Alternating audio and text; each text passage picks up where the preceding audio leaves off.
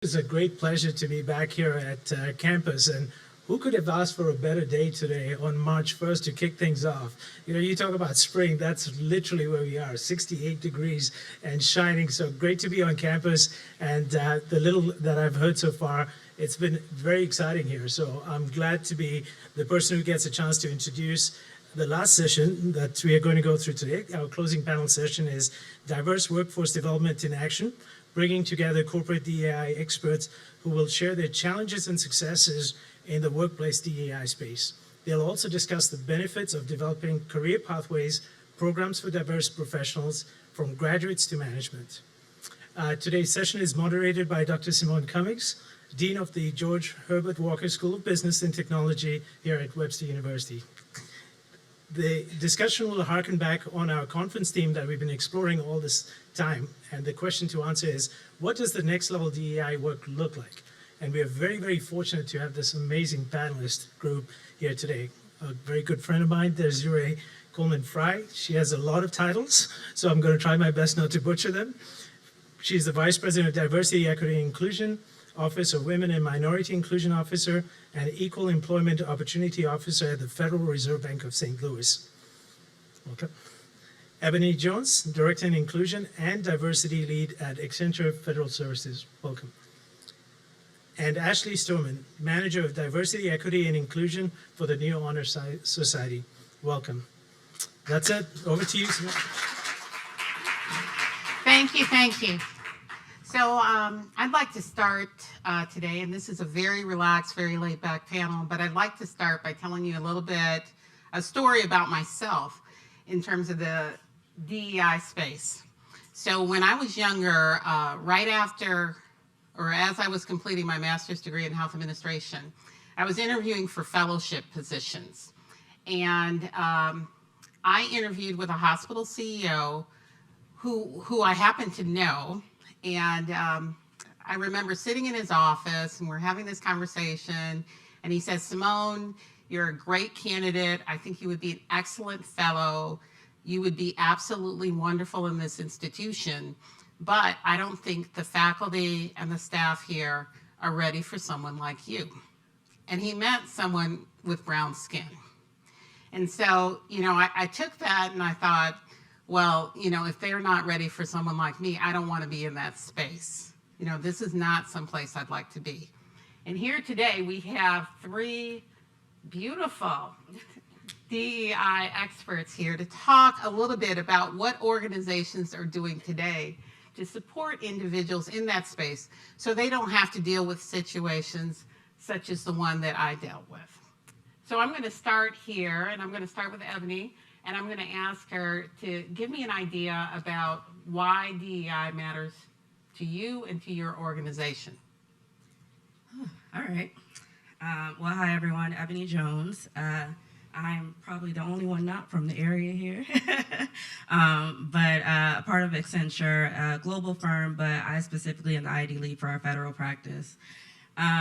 The reason I actually spent 12 years on the delivery side before I came internal into this position.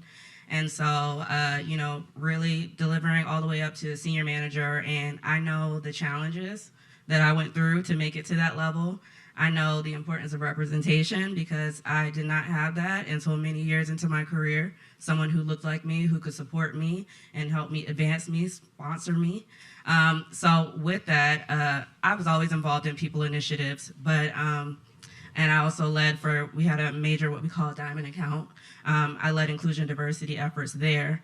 But when I decided to make the switch and come internal and kind of lead DEI, I knew that I could make an impact even bigger being on this side than being on the delivery side. So I could have kept climbing up the ladder, which is what I was on the path to do. But I just know how important it is to have that sponsorship, that representation, that access to those opportunities. And I wanted to create that for more than just myself, but for other individuals in the firm too. So that is why I'm here. Thank you. Desiree? Awesome. So nice to be here. So thank you so much for this conversation. I would say professionally, Millennials are the largest group in the workforce today, and in our increasingly multilingual, multinational, multicultural environment, you have to have leaders who are prepared to lead, and you also need to be able to see that your employee base represents those individuals. And so it just makes good business sense.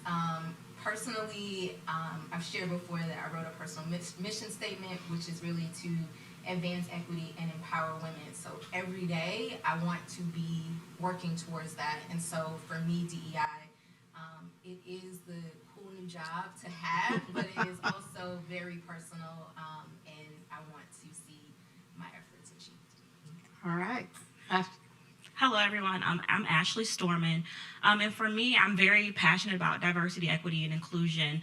Thinking all the way back to my college experiences, being an underrepresented student, going to a predominantly white institution, and then from there, leaving college and going into my career, I always found that I was working within organizations or institutions and always focused on underrepresented minorities.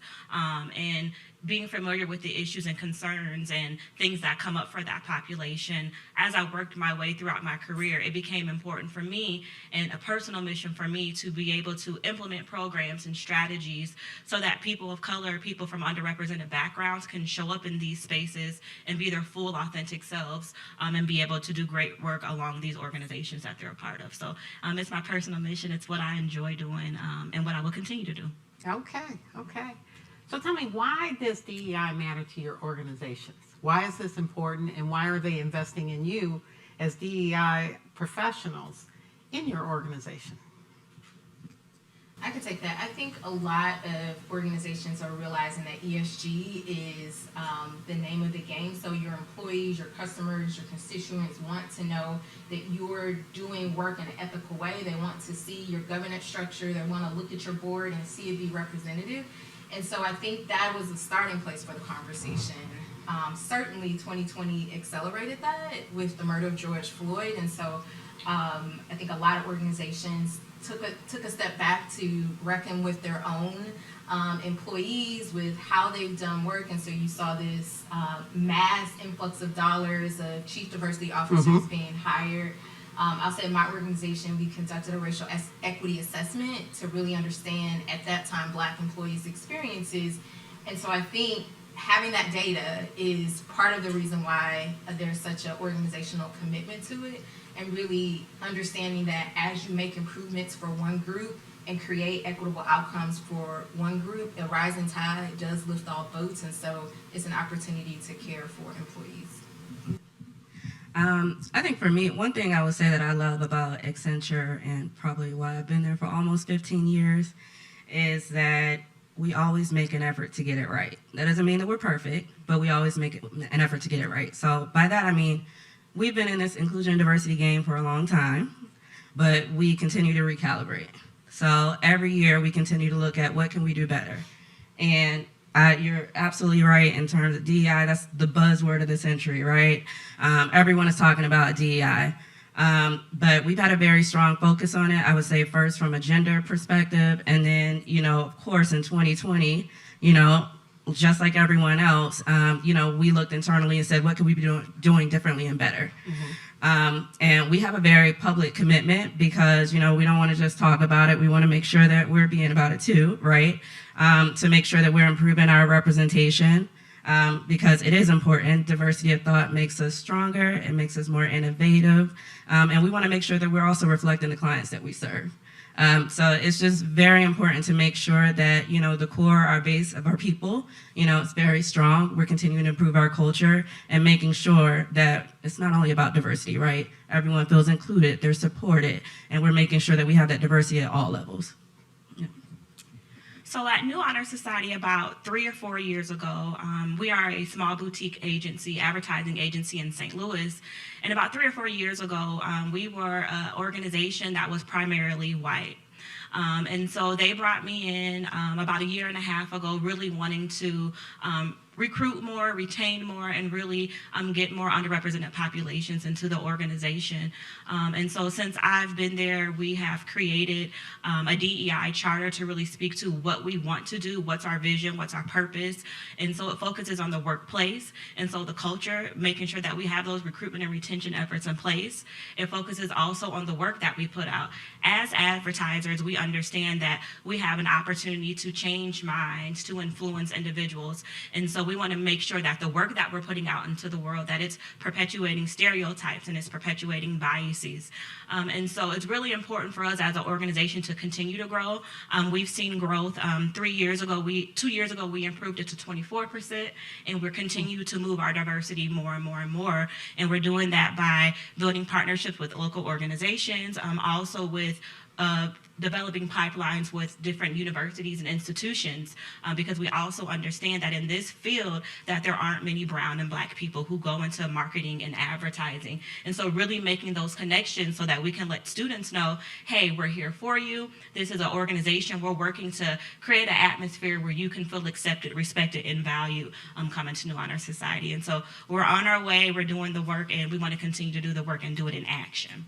So you sound like all of you sound like there's a moral imperative to do this, but from an economic perspective, can you talk a little bit about that and the impact on the organization? Anyone? Well, I'll speak to the ROI of inclusion. I hate to start with the business case for diversity, so I'm intentionally skipping over that. But I like to say, like, there's a Salesforce study that shows that when employees feel empowered, there's 4.6 times more likely to do their best work. And so I use that to managers to say, hey, as you have a workforce, if you're not creating that sense of belonging for them, if you're not soliciting their ideas, if you are not creating pathways for them to see themselves, 5-10 years down the line from an advancement perspective, they aren't going to give you their best. And so if for no other reason than you needing people to help you achieve your objectives, think about how you show up for your teams. Think about if you create that inclusive environment, and think about the ways that you can really foster belonging. No, you're oh. And I'll add to that, one thing that we notice at New Honor Society is that when you have a culture where people feel like they can show up and be themselves, that culture is going to also impact the business. And so that's a focus for us, is making sure that we create that culture so that we can continue to increase the business here in St. Louis as well. All right.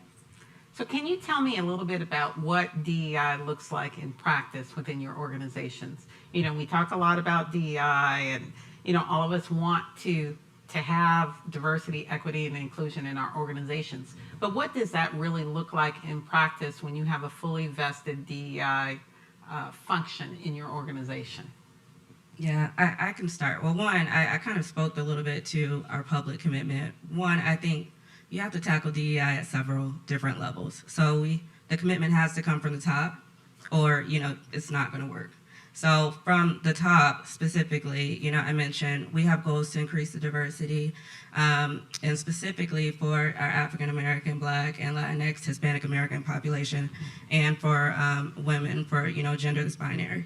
And part of that reason for that is we took a look at all of our different markets and the markets that we serve, and we want to make sure that we're reflecting those markets. So we created public goals and goals at each and every one of those markets to make sure that we're increasing the representation at every level. But we also on top of that had goals for those same groups to make sure that we're increasing the representation of our leaders. So what that looks like in practice, right? Because a commitment's nice. What are we actually doing? So we have activations at every level, and every individual, we have priorities established, like what we expect inclusive leaders to look like and to show up as. And then we take it to another level, and our key leaders, they also have goals and expectations. Because as we talked about, it's not only that, yes, diversity makes us profitable, but it's also the right thing to do, right?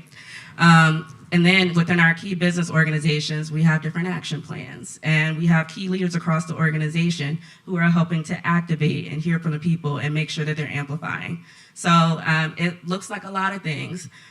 So different plans to make sure that we're increasing engagement, making sure that people are feeling supported, making sure that we have sponsorship, because sponsorship is very important when we're talking about underrepresented groups.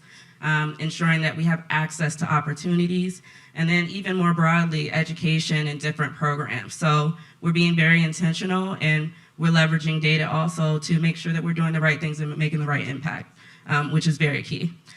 So it requires everyone. It is not just my job. It is not just your job, right? It is the responsibility of everyone. Yeah. So at New Honor Society, we started out doing an assessment to really understand what was needed from our employees for our organization to be more acceptable for people to feel like they belong within our organization.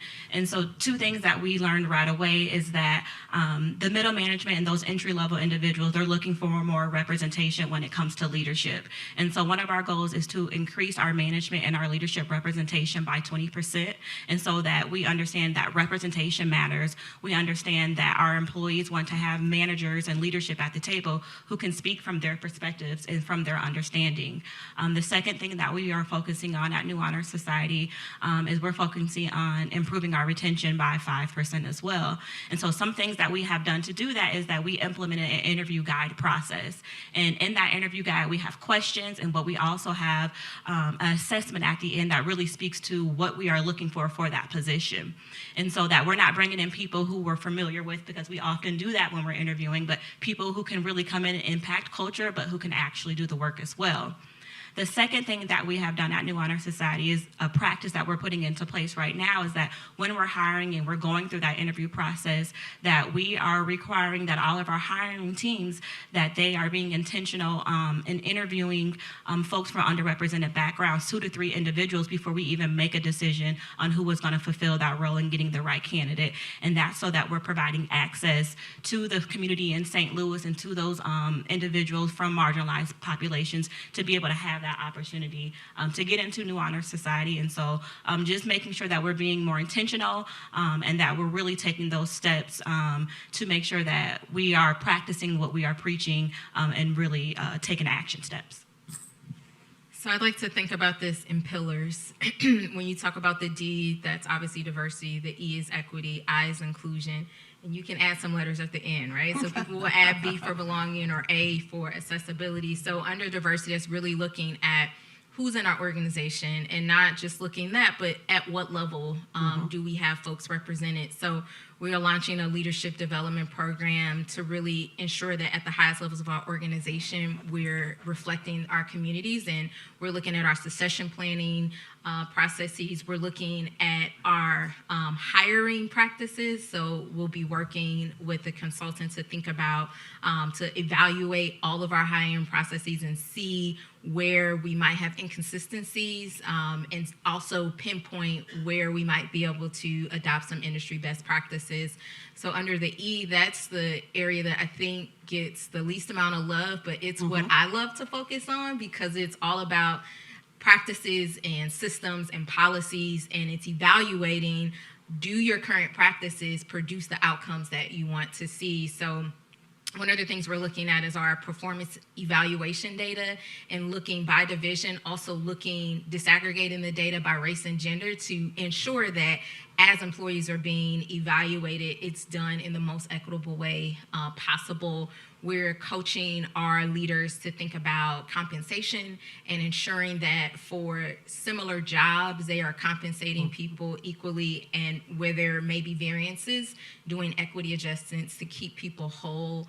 And I could keep going. And then I'll just say the inclusion piece is that is the fun part, right? That is the space where you can coach and train leaders to think about how they mitigate and recognize bias. We are launching an inclusive leadership framework that will enable us to have some targeted conversation and training opportunities for our leaders, as we know people spend the most time with their managers and their teams, and so if they don't feel included. But we're also being intentional about our DEI programming, so guest speakers and various DEI events, hopefully to allow employees to feel seen, heard, and valued. I love that you mentioned succession planning because I think a big part of it, and honestly it's the hardest part of it, because inclusion is the fun part, right? You're absolutely right.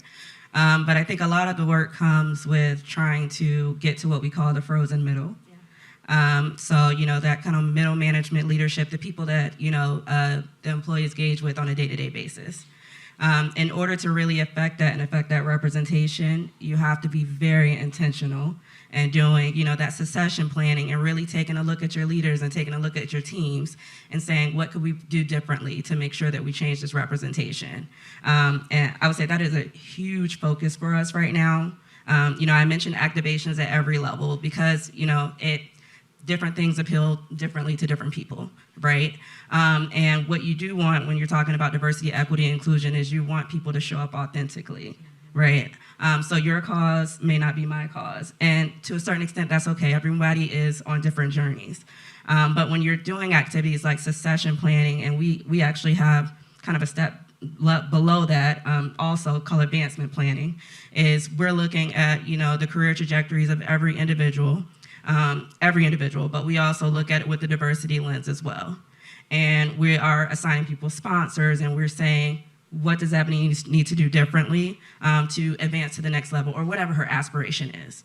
And then we're saying, hey, you're gonna help her get there. So it doesn't, have to always be on me. And especially when you're talking about underrepresented individuals, that's a lot of weight, because we're already coming into these organizations, a few steps behind, or at least that was the case for me, right? First generation college, in my family, I come from a military family. There was a lot I did not know coming into a big firm like Accenture.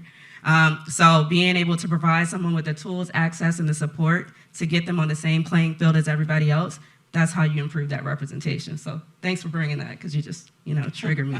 It's very important, yes. So I like what all of you have said, and you've talked about, having some goals and setting those in your organization.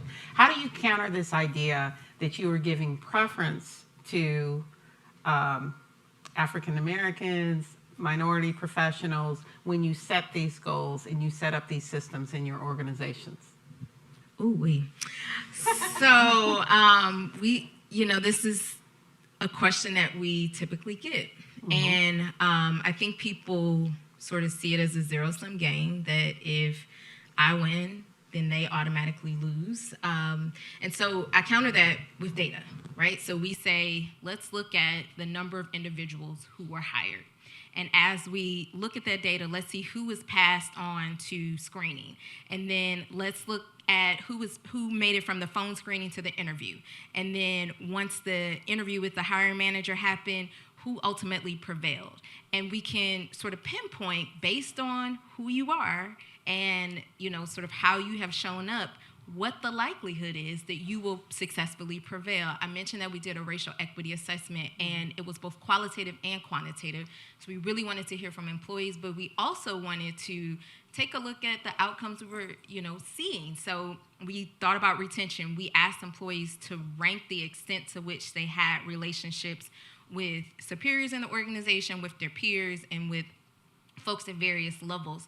And all of that data collectively suggested that there were some gaps, that the outcomes African American employees were having were not comparable to their white employees. And so, I try to explain to people, so if you have a child who, has a challenge or is not feeling well, are you not going to take them to the doctor as a parent? It's incumbent upon you, once you have that information, to act up on it.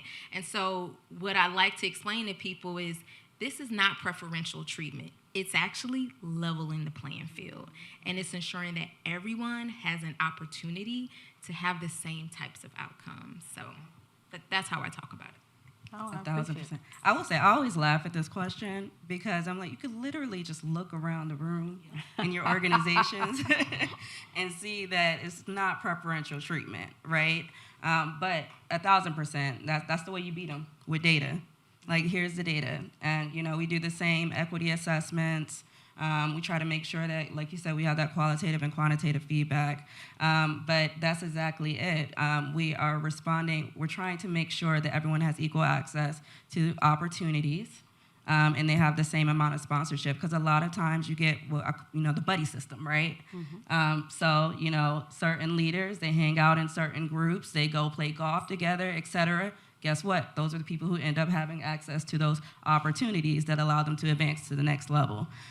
So yes, it is not preferential treatment. If anything, it is making sure that each and every person has the same access. Yep. Can I make a recommendation too? Because I think because part of this is fact and part of it is feeling, right? Mm-hmm. And so it's the difference between what people perceive versus what actually is. And so I think part of this is understanding that there is an inherent desire, if you have something, to hang on to it, right? And so part of what we're dealing with is people feeling like something has been taken away from them. Mm-hmm. You see that throughout our society, right, in culture wars, but it's the notion that there is change happening, and as you think about the U.S. demographics and the fact that by like 2060 we'll be a majority diverse country, there's some stuff that I think people grapple with that may not be founded in data, right? Mm-hmm. It may not actually be the truth. It's how they feel. And so part of it also is acknowledging that that's what it is, right? And being able to say, I can understand why you feel that way. However, here's what we've seen with the data. And so I also try to invite people into the conversation. I can't say that they always join me, but I try to invite people in to validate their feelings and then also to say, and here's the direction we're headed in. Okay. For New Honor Society, as I shared earlier, we didn't have that diversity before, so I think individuals coming into the organization, that they understand that that's our mission and that's the purpose for us, is to increase the diversity. And one thing that we have changed in our onboarding process, we really talk about our goals around diversity, equity, and inclusion. So as people are coming into our organization, they know our commitment, they know our expectation of using inclusive language and things of that nature. And so I think for us it's a little different because we have to be honest in putting out that goal that we were a primarily white organization and that we are working to be more diverse, and that's our story and that's our narrative that we're sharing at the front door when people come in. And that's frankly the narrative that I share when I'm out recruiting individuals, is our commitment, our goals, so then when they come in, they're hearing that same consistent message. And if they're not, then that's when we need to reevaluate what we're doing and why that message isn't being the same along the process with us. All right. Well, I appreciate that. I'm going to change it up just a little bit. And I want to ask you to perhaps talk about a challenging DEI issue you had to deal with and maybe how you handled it. I can start that. So this is the first role that they have ever had at New Honor Society for DEI. And so coming in, I had no data. And so right away, I had to do what I called a listening tour, but it was really qualitative interviews around culture, about how is the culture, how would you explain it? As an underrepresented individual, what would you like to see? And then from there, I was able to develop a plan that would address some of these issues that came up. And so for me, the challenge was, I can come in, I can give you an MLK program, I can give you a program for Black History Month, but we got to get deeper than that if we want to impact the culture and make sure that we are a place that people want to come and they want to work in. And so for me, it was just getting in there, partnering with HR, doing those interviews, letting people know what my mission and my purpose was. And I think from that, individuals at the organization feel like they have an ally, they have an advocate who can help turn over the issues or concerns that are there, who will champion for them as well. So I saw when you sent this question, and my mind immediately went to personally. And so I'll share that, many, many years ago, I had a colleague, and I'm not sure if it's because I am Black. I'm not sure if it's because I'm a woman. I am not sure if it's because I'm younger.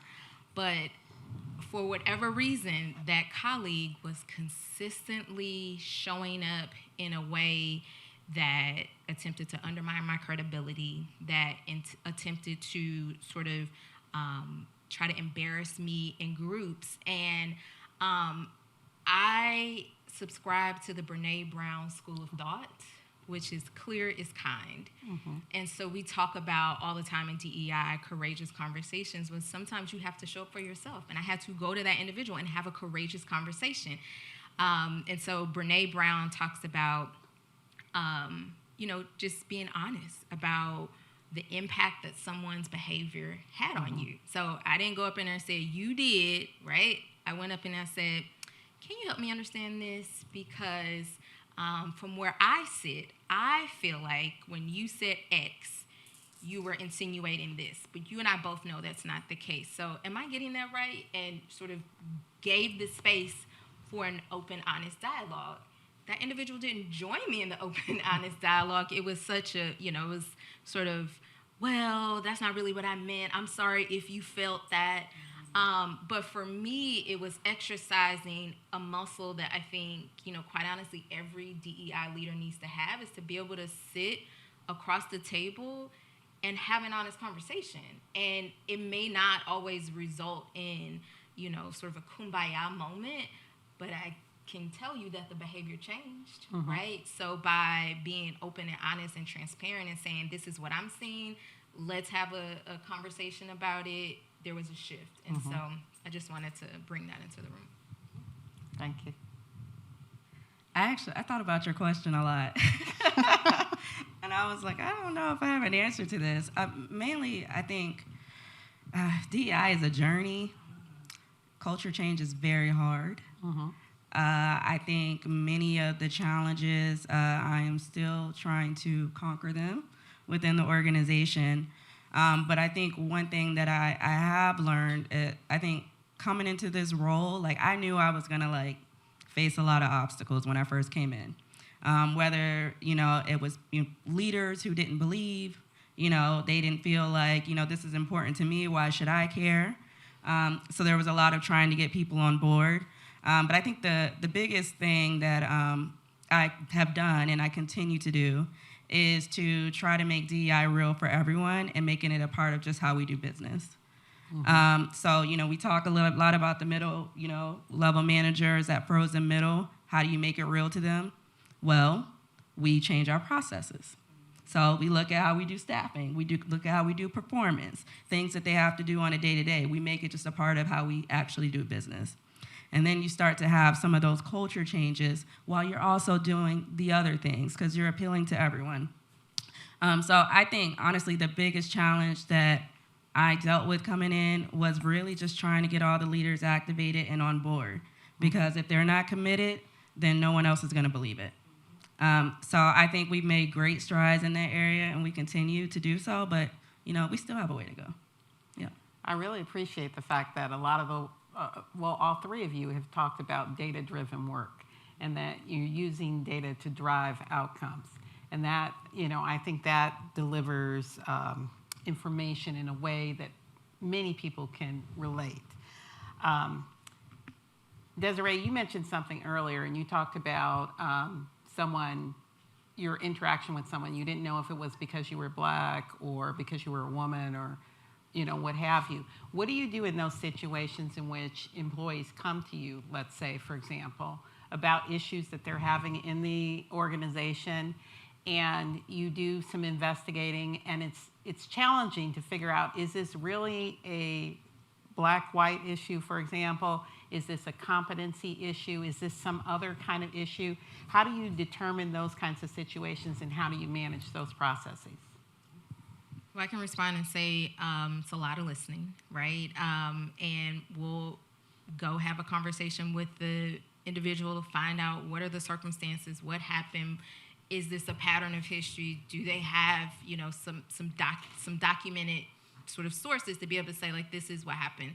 You got to go have a conversation with the individual. It could be a manager, it could be a peer, right? And understand, hey, this concern has been surfaced. Can you please give me some insight, right? And then you're listening to try to understand, is this a pattern? Is this an isolating event? Are there other individuals who have experienced the same thing? So if somebody felt like they had a workplace bully, for example, is that individual bullying everyone? Is that individual only bullying people who identify as women? Is that individual only bullying people who are part of a specific racial group? And so it's trying to understand sort of what are the facts around the situation. What I have found is that many times it is a failure of leadership. It is ineffective leadership on behalf of that leader Maybe it's in the way that they communicated their expectations, the way that they followed up, the manner in which they said what they said or did what they did, the breakdown of communication. So any number of things that sort of led to a less than ideal experience for an employee. And that usually is isolated to the individual, I have found. And so it's really just trying to understand, is the treatment because of their diverse dimension, or is it sort of an isolated event that, you know, is happening to them? So it's an art and a science. It's not easy, but I would love to hear what other folks say. Well, I think the last panel talked a lot about it being systemic. And so when you talk about, competency versus a race issue, a lot of times they can be related. And I think it's very hard, and especially in my dealings, having, dealt with situations like that, it's very hard to prove, that someone is outright, discriminating against someone. Mm-hmm. There are usually kind of other things linked to it, and I agree. You definitely lead with empathy, and you want to meet people where they are. But I think it's important to understand that, a lot of it is already embedded in our bias, our biases, right? And our processes and how we, think about people and individuals. So yes, while somebody may, feel like they're, the lead is always very hard on me, they don't treat anyone else like that. The lead's not going to say, oh, yeah, that's for sure, right? But, we know we have to take a hard look at, understanding people's different lived experiences, and what does that mean, and how is that showing up in our individual conversations and interactions. And I feel like when you start to unpack things like that, while you may not be able to say, oh, like this is, explicit, racism or whatever, you will probably understand that there's something related there.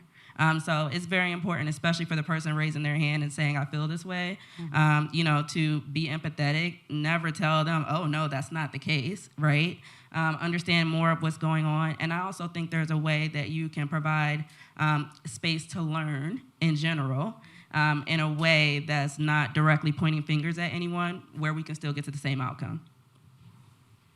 I agree with both, but some things that we have done at New Honor Society is start to implement more training. Sometimes people just don't know, and we have a lot of conversations around your intentions and the impact that it had. And a lot of times people don't really understand the impact that they had when they said something or when they did something. So it's a lot of training opportunities for us right now, for our leadership and for our management, and then making sure that we're keeping people accountable and upholding those standards. And the trainings that we're having, how are we implementing them into our practices and our policies that we have at New Honor Society. And so for us, it's a lot right now. We're in that training and that developing of our leaders. And then also with my role being a part of the Human Resources Office, we always look at, is it a performance issue, or is this more of an issue around inclusive communication, intent, impact, unconscious bias, microaggressions. And so that helps because we're able to say, is this performance-based, or is this an opportunity where we need to coach and where we may need to look at bringing in more training opportunities for individuals in the agency. Can I add one more thing? Because I think I appreciate what you said about training, and I do think it's so important for organizations to sort of be super clear. Here's what we expect of our leaders, right? So here are our competencies. Here are the ways these behaviors, will show up, and cast that far and wide so that everybody is on the same page, so that when issues crop up, it's not like, well, I didn't know communication was a value, right? And then it's also, once you've had the opportunity to go through some training, then it's how do you put accountability in place? We just introduced a DEI performance management goal that measures how people show up and the ways that they foster inclusion and the ways that their team feels that they create belonging, right? So we've spent time with the training. We've now sort of been super clear in articulating here are expectations of leaders. Now the accountability comes in place. And I think something you said, even if you can't document that, this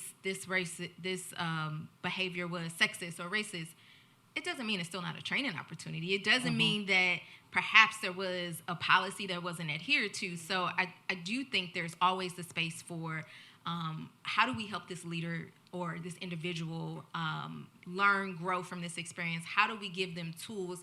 Because it's incumbent upon us as an organization that once you find those instances, that you wrap things around people so that they can show up differently. Yeah. And then you can have another conversation if it continues to happen, because it's like we've given you everything. So that accountability and expectations is key. Like, you're spot on. Like, what does it take to, what does an inclusive leader look like, right? And then you have something to measure against when you're talking about performance time or, people not meeting expectations. That is 1,000% key, which is definitely why, I mentioned before, we need to make sure we have goals at every level, every individual. New joiner, leader, it doesn't matter. This is what it looks like at your level. I love what all of you have said. And, I'm just sitting here just very impressed with all three of you. And what I'd like to know, because DEI professionals are relatively new. What kind of training did you all get to be in this space and to know the things that you know and to be able to work in the organizations that you work doing DEI? What's funny? I don't think there's a specific profile, to be honest. I kind of shared my story. I came from consulting, tech and strategy and consulting. And it's just, a passion of mine. I recognized, a space where I can make an impact. I think it's also an area where you continue to grow and learn. So you have to be, just willing to do the trainings, do the certifications, do the research. And I don't want to say you're never going to be an expert. We're all pretty knowledgeable. But it's a space that just continues to evolve. So you have to continue to learn and grow with it. What I do think makes a really strong DEI professional, though, is not only knowing the people, but really understanding the business and the organization so that you can influence the change. And I think that's key, and really looking and having key people in the organization for support, but also to help amplify and execute these initiatives. I will say the one thing I'm very grateful of, it is definitely not just me doing the work within AFS. We have a council of leaders all over the organization. We have what we call IND champions at various levels who, kind of help to push out throughout the organization, also make sure we're focused on the right things.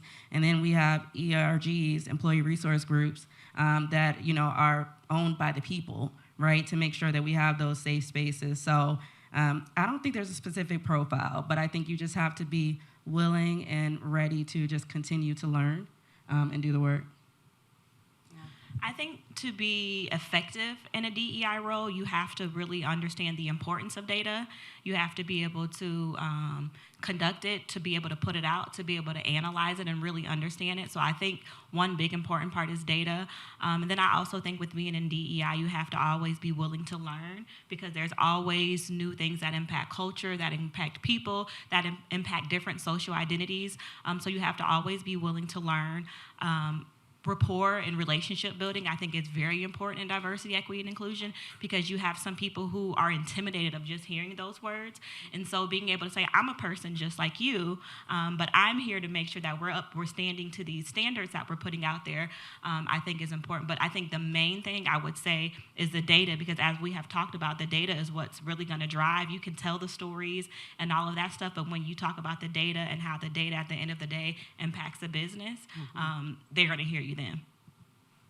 If I can maybe connect these two and tie a bow, I would say that understanding the organization is critical. I think also there is this element of being able to have a vision for what's possible. So assessing kind of what's taking place in the organization, and then being able to say, okay, but I know from industry best practices, and I know from this article I just read, and I know from this DEI certification that, this is actually a more productive way of doing that. And so it, in many ways, it's like a jigsaw puzzle in figuring out how the organization is here and how you can take them to this spot.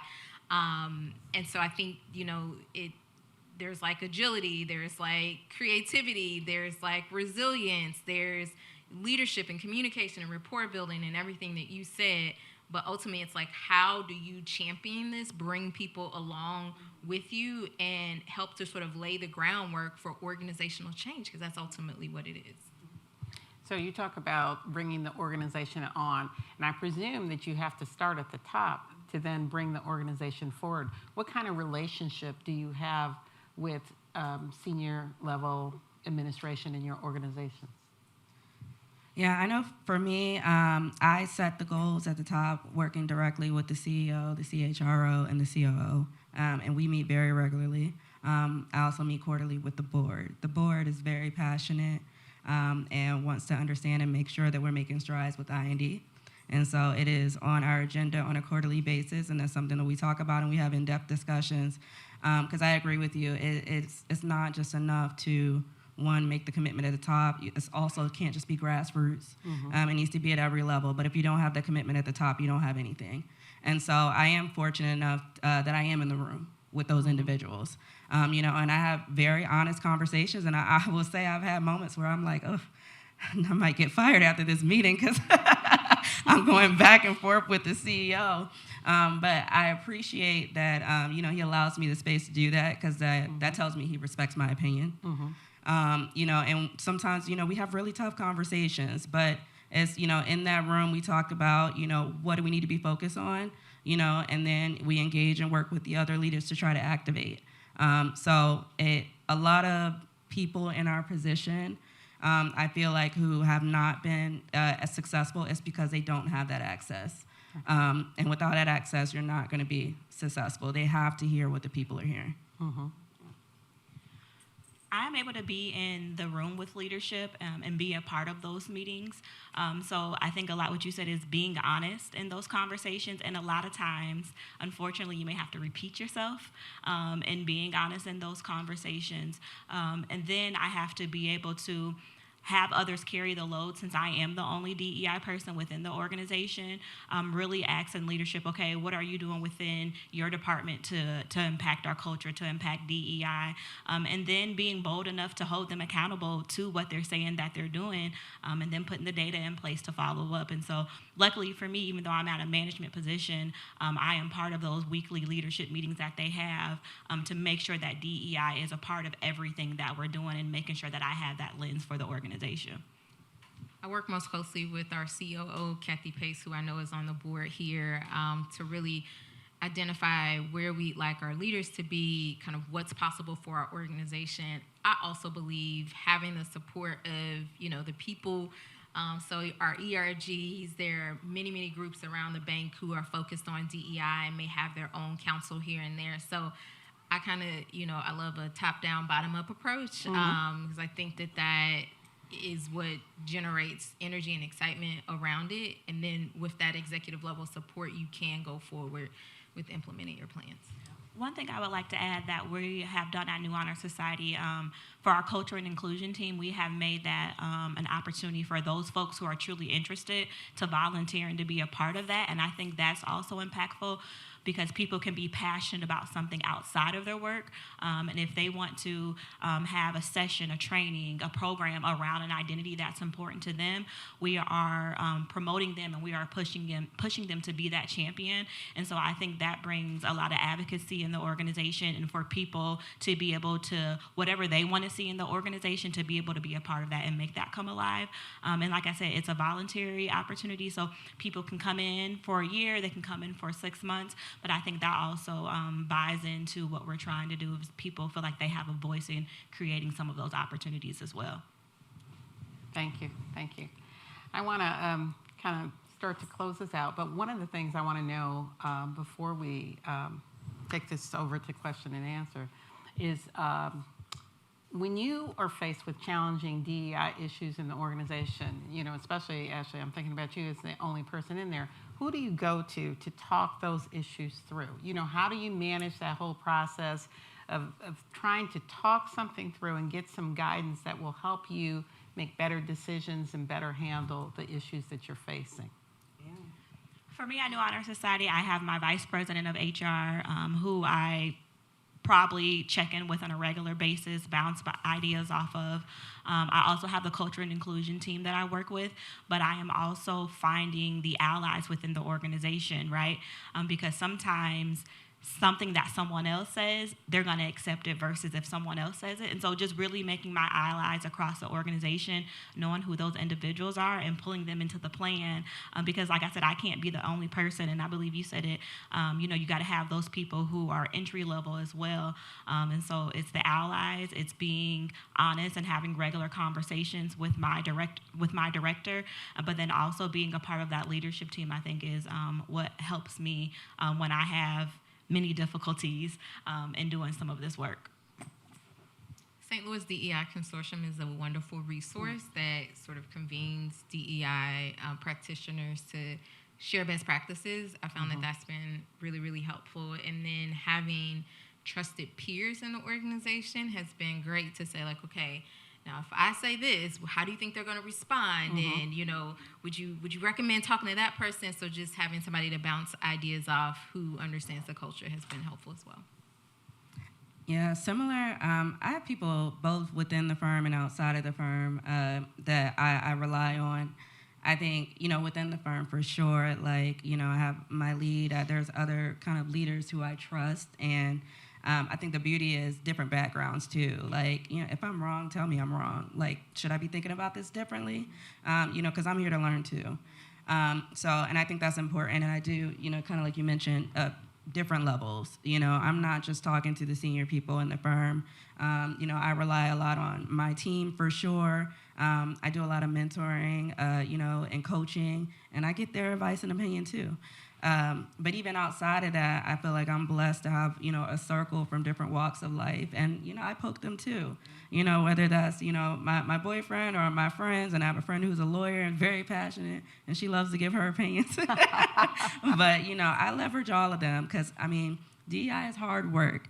And I think it's important to, keep an open mind and to understand different perspectives, especially when you're dealing with a lot of challenges. Okay. Well, before we close, I want to give each of you an opportunity to say some last words. So, Ebony, we'll start with you. Last words. I think if I can just hit home, and I think, in the last kind of panel that I had the pleasure of sitting in on, they kind of mentioned that it's everyone's responsibility, which I think is key for DEI. And I think a lot of people kind of struggle in this space because they're thinking about it in such a huge way, when really it's those small actions that, they start to kind of build up and make the impact. So I just encourage you all to think about what is your role, right? What role can you play to make a difference? Because once we get that traction and people start doing things that are authentic and genuine to them, that's where you really kind of create that change and that culture change that we want. And then I would just say for us, I think because, we have 3 Black women on this panel, right? So a lot of times it is, the underrepresented or marginalized communities who are taking on these big roles. And people ask me all the time, and they say, how do you do this every day? And I think for me, I like to, I pick it up, I feel all the things, and then I put it down, and I get back to work. So whatever that looks like for you, creating space to take time for yourself, check in with yourself, I think that's important. So that's for us. Love it. So Vincent, thank you for organizing. Something you said really struck a chord with me, which is that this work is hard, and there is a ton of emotional investment that goes into it, listening to people's stories, understanding when things don't quite go the way you want them to. So I love the idea of being intentional about filling your cup. I am starting a PhD program, so I geek out in reading articles and just sort of thinking about how can I package this and share it in a way that people can hear it. So my thing is, let's keep this conversation going. I would love to connect with y'all on social media. Desiree S. Coleman, all platforms. Let's keep this conversation going. For me, it's action. I think a lot of times we write up these great missions, these values, but what is the action that you're putting in place to make sure that it's happening would be my biggest piece. a lot of talking has been happening, a lot of talking is still happening, but what is the action? And if you put that action in place, I think you will get further than continuing to have the conversations. And so I think a lot of talk has happened. What is the action? And I think that is the important piece to take with you when doing this work, is that people are looking for the actions and people want those actions as well. Thank you. I'd like to open it up to questions now. I have a question. In DEI work, there's so much talk about best practices. Do any of you have one of those so-called best practices that in your experience is not best, that for some reason, it did not work or it fell flat? And can you tell us a little bit about it and why? I got one. Because in DEI, we love to say, bring your whole self to work. That's not a thing. Like, it's not actually real. So there is a great TED Talk by Jodi Ann Burry, and it's called The Myth of Bringing Your Authentic Self to Work. I would highly recommend it. Again, Jodi Ann Burry, and The Myth of Bringing Your Authentic Self to Work, because it feels very kumbaya-ish, right? It feels, this is what we want to say. We want everybody to be able to show up. But in order for that to happen, organizations have to be a safe place to show up too. Yeah. So you think about psychological safety, you think about people being truly authentic. What does it look like? And so recognizing that, especially, I don't use the term underrepresented, I try not to, I say historically excluded groups. For historically excluded groups, when they come into a space, are they met with quizzical responses because of how they've chosen to style their hair today? Or is somebody who presents with the gender identity that folks may not be expecting, are they going to be met with quizzical looks? And so I really think, unless there's psychological safety and unless our leaders are equipped to lead inclusively, bringing your whole self to work is a fallacy.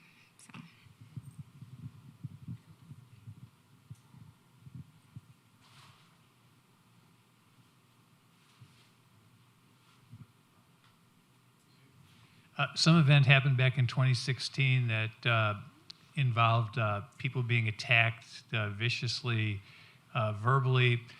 And I just wonder, in this age of where people just say, go back to where you came from, and just things that you see from the top offices in America, does that have an impact at your level?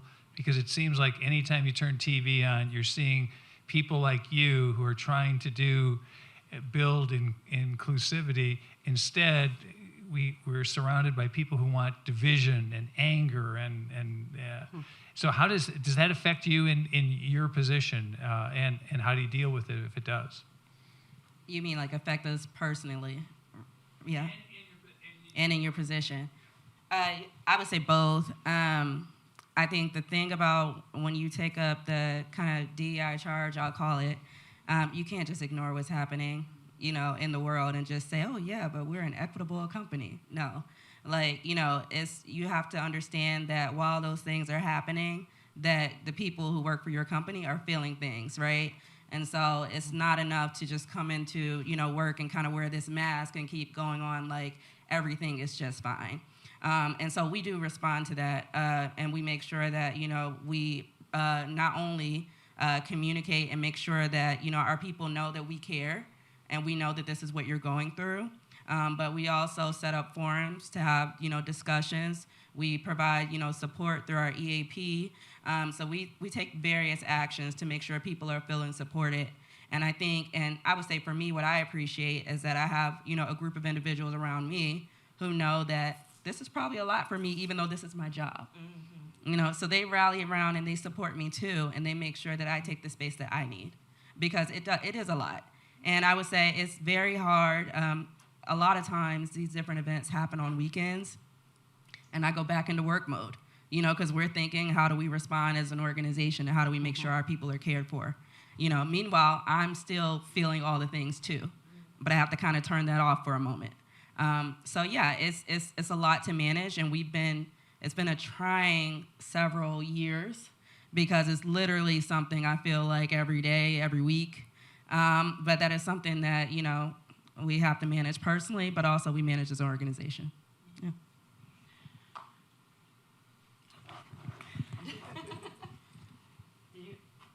I'll just say quickly, what gives me hope, I think to do this job, you have to have hope. You have to expect that the conditions that are present today will not be the ones that are present in the future.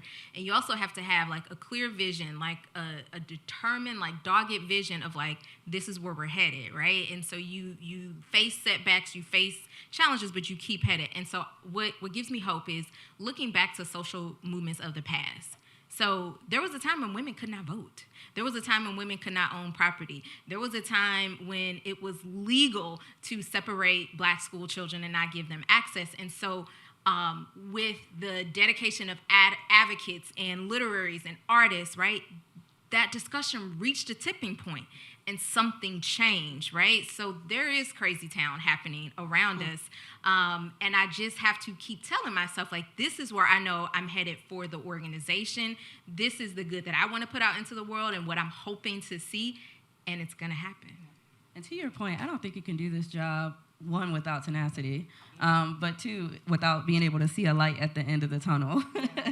I think that's very, very important because you're going to have a lot of naysayers. And, you know, I know even, you know, we roll out different changes and there are people complaining, why do we need to do that? Why do we have to have expectations and levels? Why do we, you know, and I was like, okay, but we're still going to do this. So you have to have that resilience, that thick skin, and really push forward and see the light at the end of the tunnel. And you are going to get people who are part of your organization who aren't buying into it. And so that's why I think it's important as an organization that you put that narrative out there early, because they should know if they're coming to be a part of this conversation, we're going to talk about DEI. You're going to have expectations at all levels. And so it's important to put that story out there early. It's important to make it a part of your hiring and your onboarding process so that if you're coming into this organization, this is what we're doing, this is what we mean. And if you want to be successful here, you have to be a part of that.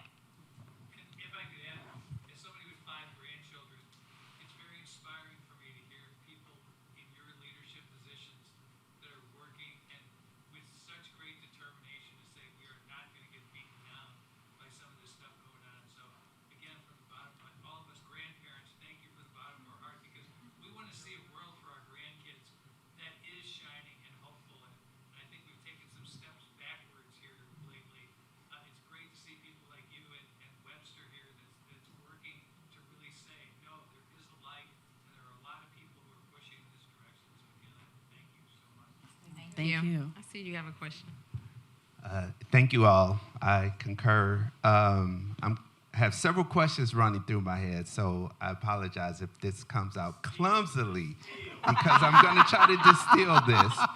So, how do you manage when you have people that come in that are highly advocate for DEI into the organization and they're trying to create change, but you have to balance that with the culture of the company and the legacy and maintaining a culture that the company wants to keep. So managing those two, how do you do that? Chestnut checkers. So I like to think about, like, there are individuals in my organization who are like, I'm going to say the thing, like, I might come in and flip over a table because it's what needs to happen, right? And what I like to say is you have that option, right? If you want to remain employed, you should know that that may not be an option that people can jive with. And so I talked a little bit earlier about having a vision for what's possible. It's a big, hairy, audacious goal. And there are all of these micro steps that are going to ladder up to it. So I knew a year and a half ago when I came into the organization, we need an accountability measure, right? When I raised it the first time, oh, no, we can't do that, right? And so then I started to say, like, okay, so let me seed the idea here. Let me post some wins here. Let me revisit the conversation. Okay, oh, still not yet? All right. Okay, my colleague over here wants to do it. Maybe I can tag on to her work and say, like, hey, let's propose this bank-wide. And that's exactly what happened.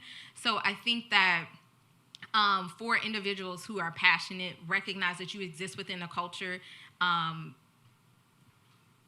that's not good, that's not bad. You exist within the culture. So figuring out how to operate within that culture. So for some places, it's very data driven. So you're not going to be able to recommend anything without having data to back it up. Some of it is relational. And so there may be certain sort of power brokers within an organization who have the ear of the top leaders. And so you're going to have to win them over and influence them. For some of it, it's very sort of employee centric. And so you really need to build sort of critical mass. And so it's really thinking about, for this particular organization, what are the ways that it moves? How do things get done here? And it's aligning your priorities in that way. So I hope that answers your question. I have a couple of responses were running through my head, actually. Yes, I completely agree. We both talked about kind of knowing the business, right? And I do think it's important to kind of align some of that energy with the business priorities. On the other hand, I would also say I would give them space to operate, where that makes sense. And then I'm a fan of shaking tables. Shaking tables is how you create change. So I've definitely had instances where I've had very kind of motivated people, they're very passionate, and I may let it play out because sometimes it gets the change that you want. But I think, it depends on the situation, but I think it's always important to make sure that they understand that at the end of the day it's a business and there are certain things that we have to align to, but you also have to push sometimes to create that change. I'm going to allow this last question. She told me she was going to distill it, but I'm also going to ask that one panelist answers it, please. Thank you. My distilled question is, for organizations that do not have a DEI or an HR person or a department, what do you recommend those organizations do to develop DEI practices and HR standards?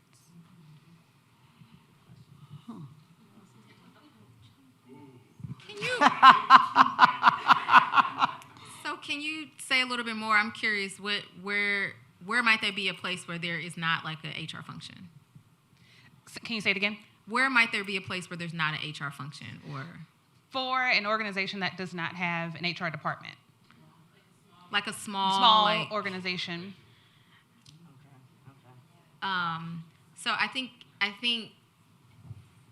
a lot of times when we talk about diversity, equity, inclusion, people go to the D and we automatically think representation, but part of the equity is like how we do our work, right? So if you have a particular population that you are serving, are they reflected in your board membership? Have you surveyed that particular population to understand what they need, or are you going in as sort of a savior to, do things to communities versus with communities?